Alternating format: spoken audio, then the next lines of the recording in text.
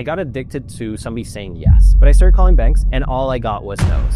So it took you 2 years to find that opportunity. I think we're better at a payments company than being like a custom, software company. And I think that's what the bigger opportunity is. So let's go do that. What gave you that real belief to take the money out of the original business that you worked so hard on and put it into this new version of Helcim? Looking back, I'm like, oh wow, like I had built something that was worth, 10 or 20 million bucks that I could have sold. I was so focused on ultimately wanting to deliver a payment service the way that I always thought. The risk didn't matter. It was just, it has to happen. So from zero, how big is Helcim today? We are at 20,000 customers and growing really quickly. It seems like you're optimistic about the future in Canada and specifically in the city. This is the wake-up call this country needs. This country has everything it needs. And now is your time, now is your opening to go and say, I can go build something. And people are gonna say yes.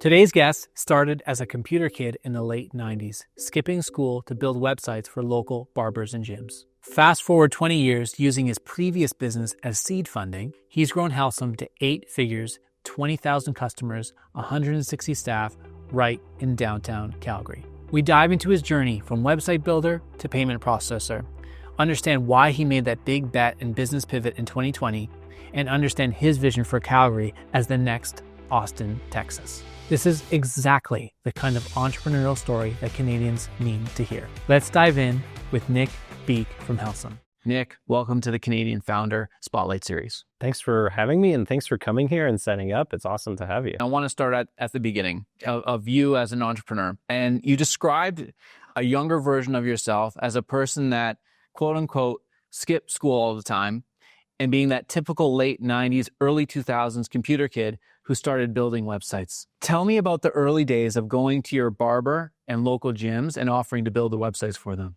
Yeah, I mean, I was that typical IT computer kid, just fell in love with computers. The world of computers was so much more interesting than anything else, including school, and wanted to find a way to, make money from it. So would go to local businesses, and I was like 15 years old, right? So I would go to local businesses where the barber, local computer store, gyms, and just said, hey, I know how to build a website. You guys either don't have a website or it's terrible. And to my surprise, most of the time they would say yes. They were just like, what else have you built? And I'd show them something I built and they're like, okay. And, sometimes they even write us check on the spot. And when you're, 15-year-old kid and somebody writes you like $500 or $1,000 check and be like, please make you a website. There's such an honor that comes with that. I was so thrilled that people were taking a chance on a kid that I think I really want to meet that commitment. I worked really hard and, started building those sites. And I think that was how I ended up falling in love with the small business community. It's just like, they're all risk takers. They're all entrepreneurs in their own way. And when they see another entrepreneur, even a young kid come in, there's a willingness to give them a chance. And then I was like, okay, these are my people. Yeah. What was that first shop that you went in? What was that like? And what gave you the guts to actually do that? Because like as a 15-year-old boy, that's not something that I would have done, I would have thought of, or most people would have done. So what was that like, that first place that you went in? Probably a computer store. So there's like a little chain. It's actually become a pretty big chain of computer stores in Calgary called Memory Express, right? And those are places where you go and you can like pick your RAM and pick your CPU, pick your board and just kind of stitch your computer together. And it had a terrible, terrible website. And I think that, I was a fairly shy kid, but I think I was confident enough to walk in there and be like, your website sucks. And for the first one, instead of like writing a check, they actually hired me on the spot and said, like, do you want to work here? We'll pay you by the hour and you can build a site. And I said, sure. And I just showed up and they said, go build a computer, which was like, I mean, that's a kid in a candy store, right? So I literally like walk in the door, they give me a job on the spot, pay me by the hour, it's like $8 an hour. And I get to go and start building a computer from parts and they're like, find a desk and start coding. And I started doing that and then delivered their site after a couple of months. And I was like, oh, I can do this. But then when I started going door to door to do that, then I did it as my own company. And I would take a check as a contract and go from there. I guess that got you hooked on like business, being an entrepreneur. And did it scale almost immediately? Or like, what was that like when you started going door to door? I mean, define scale when you're like 15, 16 years old, like you're able to keep getting contracts every month. And that seems like you've achieved peak success at that point.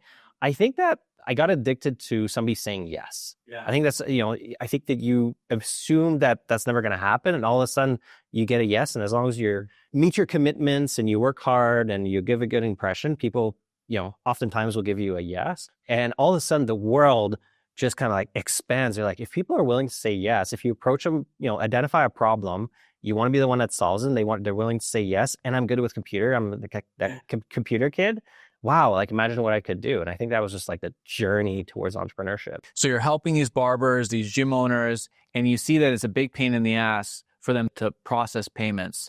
Tell me about that transition from building websites to payments, because that's a bit of a jump. So if you could walk me through that. Yeah, so as we were building their websites, some of them wanted e-commerce, the early days of e-commerce, like Shopify and those platforms didn't exist. So got more into the coding side. Originally it was more on the design side, got more into the coding side. You're coding checkout systems and ordering systems, and then you go to plug in the payments. And at the time, there really wasn't much. There's kind of PayPal that was still early. And even though PayPal was early, a lot of business owners still didn't like it. It's like the reputation, the bad reputation started early. Or you had to go to your bank. And it was just like this super tedious process, do all this paperwork. They wanted like a big deposit up front just to have the privilege to accept credit cards. And I saw the clients go over this problem over and over. And some projects would actually just end up falling apart because getting the payments hooked up was such a pain, right? And, light bulb went off and said, maybe there's an opportunity in including the payments as part of our service, right? So what it would take for us to be able to offer the payments. So now I'm a 24-year-old kid by then. Yeah. And I'm thinking, I'm going to be able to offer payments. Well, I didn't realize how high of a barrier of entry the industry is. So I started calling banks. I literally started calling banks in Canada and says, I didn't even know the terminology. I didn't know what a term, a reseller or an acquirer or a payment processor really was. But they were probably going, man, this kid on the phone doesn't even know, the terminology to use. But I started calling banks and said, like, I do a lot of e-commerce and I want to be able to offer payments. And all I got was no's. It was no for 2 years. And finally, there's a kind of old school processor that was opening up shop in Canada that said, well, we have a reseller program, so you could kind of white label and sell the payments. Do you want to get started? And of course, after 2 years of no's, I was like, let's do it. And that's how we pivoted into the payment space. So it took you 2 years to find that opportunity. Yeah. And in that time, were you still building websites? Was that your primary? Okay.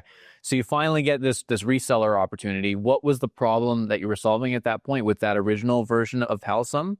And what was the product you were selling? Yeah, so we started getting more and more into e-commerce website building. So we were building, now we had these tools that we could build websites, pretty quickly and plug in the payments. And so now people started really enjoying, ironically, they started enjoying the payment service that we were giving them. Like we were very honest and transparent with the rates and, no contracts, and it was nice and easy to get started.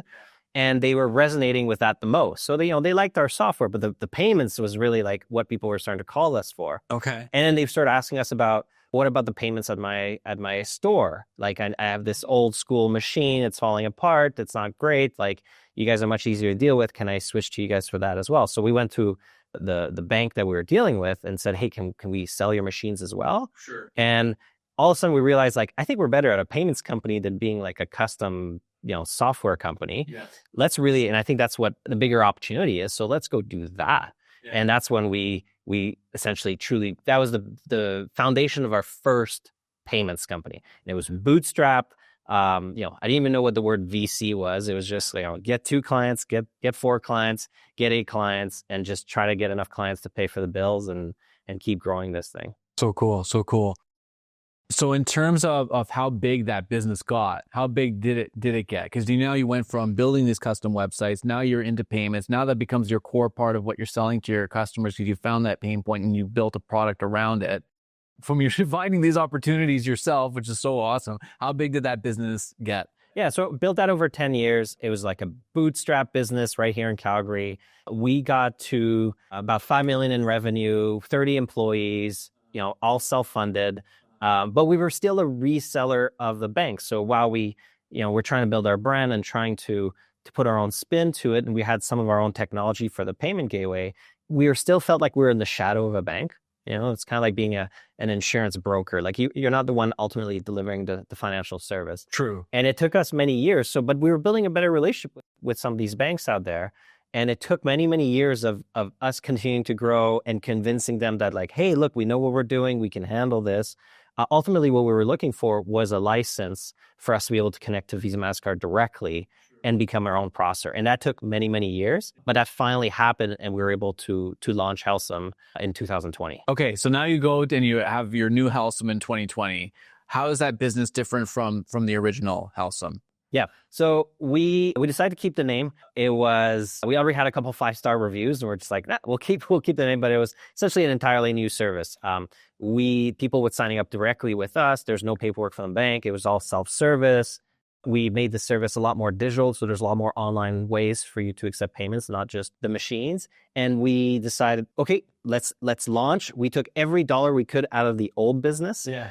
And essentially became our own kind of seed bootstrap investor and kind of relaunched the entire service. So 2020, start from scratch, keep the name, but now we are our own processor. And we're no longer in that shadow of the banks. So like we really control who we decide to approve, how we do business, what the rates that we set. Like we finally feel in charge and able to deliver the service the way we've always wanted to.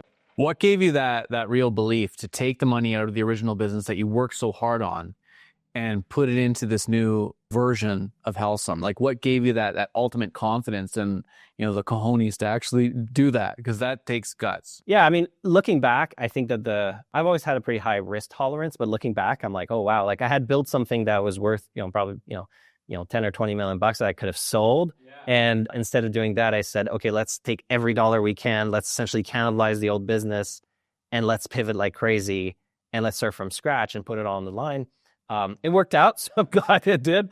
At the time, I was so focused on ultimately wanting to deliver a payment service the way that I always thought it could be done and that the small businesses that I fell in love with deserved, that the risk didn't matter. It was just, it has to happen. Like our small business clients want this. They are desperate for payments to be delivered the way that we're promising that they can be delivered, no matter what we have to make it happen. And so we just went all in and I'm glad, we rolled the dice and I'm glad that it worked out on the other side. So obviously you understand your market and your core customer exceptionally well to have that confidence of understanding their pain point and that you could solve it.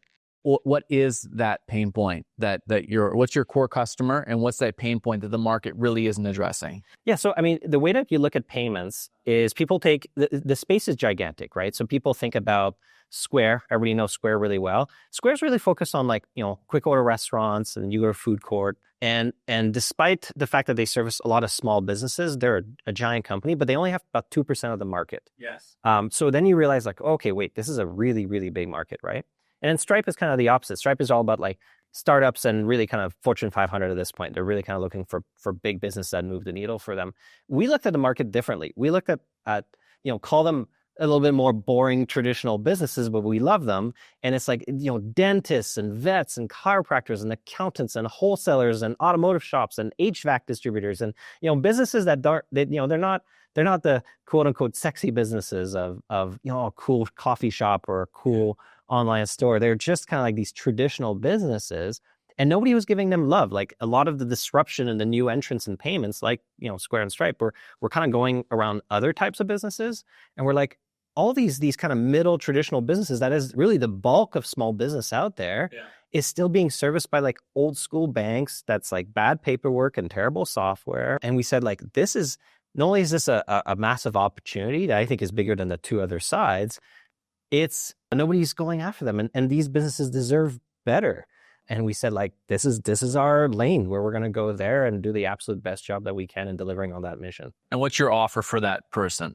Yeah. So, I mean, for us, it's simple. The reason people sign up with us is, pricing transparency, because the payment space is notorious for like hidden fees and contracts and high rates. And we get rid of all that. And we have amazing reviews that people really trust. There's like a breath of fresh air, right?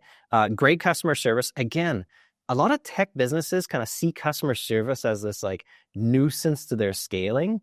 But the reality is that if you're a financial business, which we are, this is people's money. This is, dentists, this is their daily cash flow. Like they care. And when they pick up the phone, they want to talk to somebody that is competent, that cares for their business. So we put customer service as a high priority. And then finally, a great digital experience. So it's all self-onboarding, no paperwork, super modern, digital. You can accept payments in person or online. There's great software built in. So you combine those three things. It sounds simple, pricing, transparency, great customer service, and a modern, software-first approach. But nobody's doing it. And we put the three together, and all of a sudden, the market very much told us, like, this is working. We saw the growth. They've been waiting for it. So we're glad we made that bet. And obviously you started from zero. Yeah. And you put your money from your previous business into this one. Yeah. So from zero, how big is Helcim today? So we are at 20,000 customers and growing really quickly. Revenues, I won't get into just yet, but they are, we're not quite at 100 million in AR, but we're growing quickly. But what's really cool about your story specifically is it goes back to the early days of you building those websites for those local businesses, and that passion for local small businesses and helping them has been consistent. That's what you're doing now. Like, where did that come from? Like, we didn't actually talk about this in our first chat. Like, do you have entrepreneurs in your family that this somehow you're connected to this community, or is it just because what is that? No, I think it really comes down to the root of when I was a young lad and I was getting into computers and I wanted to build a website and, hopefully have somebody, pay me for it. Small business owners in my local community said yes. I remember, my local barber, you're a young kid, you get a haircut, he asks you what you do, and you're like, oh, I love computers and I like building websites. And he'd be like, well, I don't have a website. How much would you charge me? What did your websites, show me what you've built before. And then you show him and he's like, yeah, here you go. How much do you want? I'd be like, $700. And he's like, here you go. And, the fact that people, you saw the risk taking in that, you saw the camaraderie between small business owners, you saw how they support each other, the risk that they take. And yeah, it's a love story that's never stopped since. Do you, and I might be, barking up the wrong tree or going in the wrong area. Because you mentioned you skipped school a lot. Were you frustrated with the traditional path, whether it's school or like what we're supposed to do as Canadians, like go to school, get a job? Do you feel like that, I don't want to say betrayed you a little bit, but it seems like it didn't fit for whatever reason? School, I was restless. Like I was getting so much into computers. I was coding since I was 12. I was just so deep in it and that world. And it's the early days of the web, right? And like the possibilities felt enormous, and school just felt like it was moving way, way, way too slow to what I wanted to do. So it was just a nuisance in me wanting to just be on my computer all day and start business. And so it wasn't necessarily like I didn't have a problem with school. It wasn't the system or anything like that. It was just an annoyance that got in my way to what I wanted to do every day. So the next group of questions is all about Canada and specifically the city of Calgary. And you're very bullish on Calgary. And you seem to really love the city, which is so cool to see. In our initial chat, you called it a challenger city. Young population, high STEM concentration, affordable cost of living. What makes you believe that Calgary could be the next Austin? I think Calgary is one of the last kind of frontier cities, for lack of a better word. So it's truly like you come here and a lot of the money that's here is first generation. People are super entrepreneurial. People default to yes. And there's space. I mean, maybe it's because we're in the prairies. It's like we can build here. We can expand. We can make it our own. If you look at the city, I mean, it's got this amazing downtown that's only, second in size to Toronto. And it's just built in the middle of nowhere. Like none of this stuff was here, 50 years ago. So it's really this sense of like, we can build something out of nothing.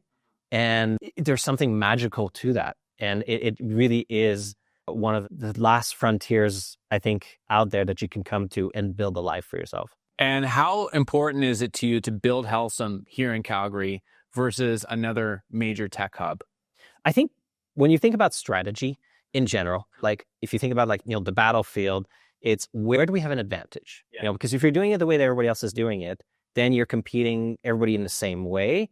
And a lot of people have a lot of deep pockets and all of a sudden you have no advantage, right? Versus Calgary has got highest STEM concentration in Canada, youngest population in Canada. You have, 1.6 million residents, a ton of computer science graduates, right?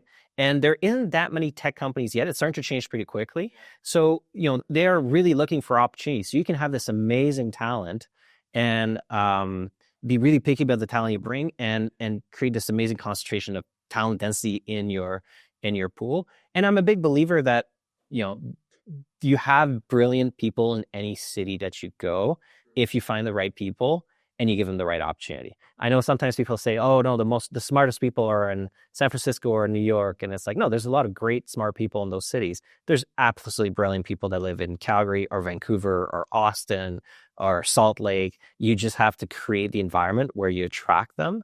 And then you can have yourself a kind of strategic advantage because you're one of the few places in those cities that are doing it, as opposed to the super kind of like a rat race that is, maybe San Francisco. Is it important to you to bring wealth back to the city of Calgary? I've now met with a few founders in the city, and they've all said that they don't want to just sell to a big American company and have it ripped out of Calgary. Is that something that is also really important to you? Yeah, I mean, the dream for Helcim is absolutely continue to grow at the scale that we're growing, get an opportunity to go IPO. I know IPO is like, it's the timing, it's the markets, it's popular, it's not popular. I think being public is an amazing opportunity for us to really not only bring liquidity to the team and create this anchor tech tenant in Calgary, that the way to kind of Shopify did that for Ottawa and Toronto. It's an amazing way to go from 900 employees to 9,000 employees, and to just build an even bigger success story. So that's the dream. That's where we want to go, and we think we can go build right here in Calgary. Because we talked about fundraising when we originally chatted, and you mentioned that Canadian investors were, and this is a quote, too focused on what could go wrong as opposed to what could go right, and that we're behind in terms of R&D venture capital investments in this country. So I guess my question is, like, what's the state of the investment landscape in Canada, and how did you navigate this with Helcim? So, I mean, let me just first say, there are wonderful investors in Canada, and they are fighting uphill battles in terms of access to capital for themselves from their limited partners, pools of capital from endowment funds and so on. That whether that's at the seed level, whether that's at the Series B, C, D kind of level, there is capital, just not enough. So the reality with a startup is you're going to get a whole lot of no's until you get a yes. Until you get that investor that sees the vision, sees the world that you do, and sees the opportunity the way that you do. The problem is that if there's not enough venture in the market, then you run out of no's before you finally get to your yes. Versus, say, down in the States, they've got so much more capital that even if you get 50 no's or 100 no's, you're going to find the one that says yes and takes that chance on you and ultimately benefits in that growth, right? So Canada just needs more of it. I think that there is something in our culture where we are super hardworking. I think that we are smart, we are ethical, we have so many amazing things that it is to be a Canadian. But we need to be more risk taking. I do think that we default to the safe side. I think that this country has a wonderful safety net, and I think that there's a way to look at that safety net, which is, the odds of you, whether you still want to start a business, the odds of you being on the street, starving and homeless are very, very low. Like most of us have, family and friends we can rely on, especially if you're earlier in your life, that you can take that risk. You don't have kids and dogs or anything that's slowing you down just yet. You can really take some big risk in your life, and worst comes to worst, well, you get a job in retail and you try again, right? Yeah. And I think that we need more of that. I think the downside is a lot less than people think it is, but the upside can be so amazing in terms of like what you can create for yourself, the wealth you can create for you and the others, and for the city, and the change in industry that you can bring, and the impact you can have on your customers. And people look too much at the downside, whether that's investors or entrepreneurs, and they don't think enough about how big it's disproportionate. The downside is like, it doesn't work. You lost a bit of money. Great, you can restart, right? The upside can be, you become a millionaire, everybody else has amazing wealth, you change the lives of your customers, and you change the very face of a city. And it's kind of like, if you look at those two things, you're like, well, the downside's not too bad. The upside's amazing. Let's take more risks. Because I hear this in every founder interview that I've done so far. And for me to start my business, it took a number of things personally happening in my life that woke me up. That's the way I kind of describe it. Snapped me out of like this fog and be like, oh, I could actually do this. I think a lot of it is the belief that, oh, I could actually make this happen. And I think the message that needs to go out there to people is just act. Yeah. Like what you did early on as a 15-year-old even is you went out without really knowing how to run a business. You just started pitching local businesses on how to build a website. I think that's the key message that needs to be communicated and articulated to Canadians is you don't have to be the smartest person. You don't need to know everything about it. And I didn't realize this. It's just about doing shit. 100%. Just fucking go. And then if you actually act on it and you're continuously adjusting to the market and what your customers are saying, it's actually impossible for it not to work. And I think there needs to be more people to actually believe in themselves that they could actually do it. I don't think that I had that belief for whatever reason. There was some sort of limiting factor, and I was very fortunate a number of things happened, but that's what I think it is. I think it's exactly that. I think that, the people that ultimately find success, it's not necessarily the smartest. I'm not the best coder. There's plenty of software developers here that run circles around me. I'm not the best designer. Our design team, again, is just miles ahead of me. But I'm have a tenacity to just try and try and try and try, and that perseverance, and that's a common trait. But it's something that anybody can actually do themselves. You just have to go, okay, forget the fact that I will fail. It's going to happen, but I will absolutely never succeed if I don't try. And it's like you try, and all of a sudden you get a little bit better, you get a little bit more insight, and it'll take longer than you think it does. I think that's part of what happens and why you're seeing a little bit of a pullback in entrepreneurship everywhere, not just in this country, but everywhere, is that people have gotten used to like really, really quick gratification. And that's not what entrepreneurship is, right? It's like, it's daily wins, daily losses, daily battles. And then you look back 10 years from now and go, oh, wow, look at what I built. And people go, oh man, that's amazing. Look at that success. And it's like, yeah, it took 10 years. And people, I think, want faster gratification. And you just have to go, okay, try that. You're not going to get it. Okay, now you're ready to be serious. It's all it takes is for you to try and commit to it for longer. Yeah, I completely agree. And I think the other thing that people need to understand in this country is the fulfillment you get from it. I worked in marketing and corporate for a long time, for 10 plus years.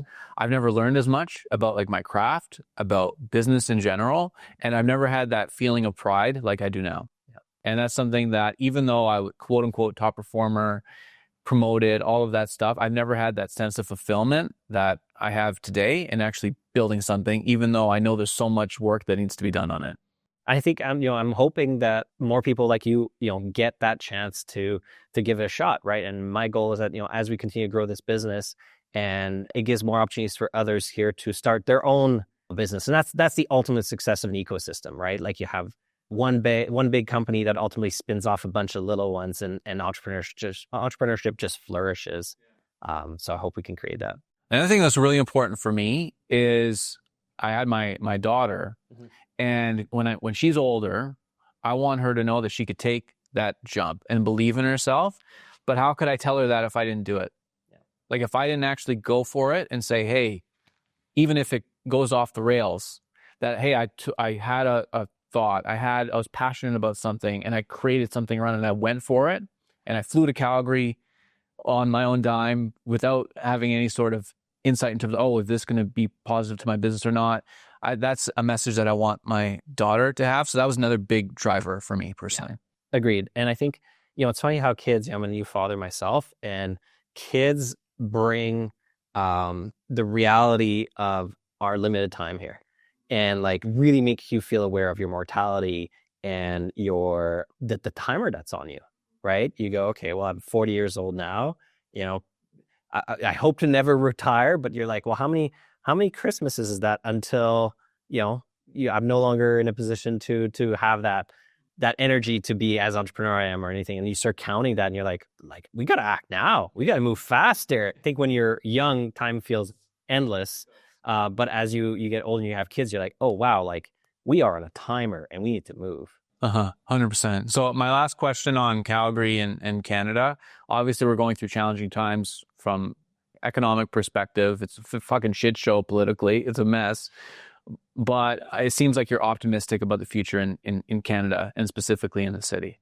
I think this is the wake-up call. It's unfortunate all the politics that are happening, but this is the wake-up call this country needed. And you're seeing it come together. You're seeing it come alive, which is amazing. I think that we took our position for granted. I think we took what we thought was a strong ally and a number one customer that maybe all of a sudden show that they're not as interested in being our customer. And this country has everything it needs. We are the envy of the world, right? Top 7 economies, all the resources we could ask for. There's only 42 million of us. I think there should be 100 million for this country to really, really kind of grow and shine. We absolutely have the space and the energy and to make it all happen. And I think this is a wake up call. And I think that there's a silver lining to it, which is I think that whether it's governments or local governments, federal government, other businesses, I think everybody is really willing to take a shot on other Canadian businesses. Yeah. And now is your time, now is your opening to go and say, I can go build something. And people are going to say yes. Just like the people said when I was 15 years old, they said yes, people are going to start saying yes a whole lot more. So as an entrepreneur, if you're thinking about jumping into it, now is this amazing moment to do so. So for businesses, specifically small businesses, what pain point are you solving specifically? And how does Helcim solve that problem better than anyone else? I mean, our mission is to be the world's most loved payments company. Yeah. It's an oxymoron because nobody loves their payments company. It's bad fees, bad customer service. It's something you need, but it's kind of like the devil, right? And we're really trying to flip that on its head, which is we've got amazing, great, transparent pricing. We've got an amazing customer service team, and we have amazing software to make it really easy, whether it's a smart terminal or online invoicing or recurring payments. We've got this great suite of tools for you to get paid affordably, get paid with a team that you trust. And that's enough. That's. I think there's a massive amount of businesses out there, from your average small, chiropractor or marketing shop or wholesaler, to startups, to everything in between, that are coming they're coming our ways every day to really get a better payments experience. And we're so fortunate, and we're just going to keep growing. Okay, what's the next step for Helcim? What's the next big milestone? I think we're just leaning more and more into the software offerings on top of our core payment experience. So we really, we feel like we've delivering this amazing payment experience. Now it's all about how can we keep adding more and more software to make their business easier to run and make their account receivable smooth. Okay. So Nic, those are all the questions that I had today. Thank you so much for being here with me, being a part of this series, telling your story. I think you have a very unique story because it's grassroots. You started small, you took action, and little by little, you've now created this relatively, it's a large business that's continually growing, and it's growing right here in one of the major cities in Canada. And that's the key message that I think needs to be communicated to everyone, is take that small action and just go for it and continue to learn, and it can compound pretty quickly. Yeah. And that's what I've learned in my first year of business. So I'm very glad that I was able to meet you, hear your story, and I'm glad we're able to tell that story to everybody else. Well, thank you so much for letting me share it. Thank you. 3 takeaways from that interview. 1, get addicted to somebody saying yes. 2, the downside of failure isn't as bad as you think, but the upside can change everything.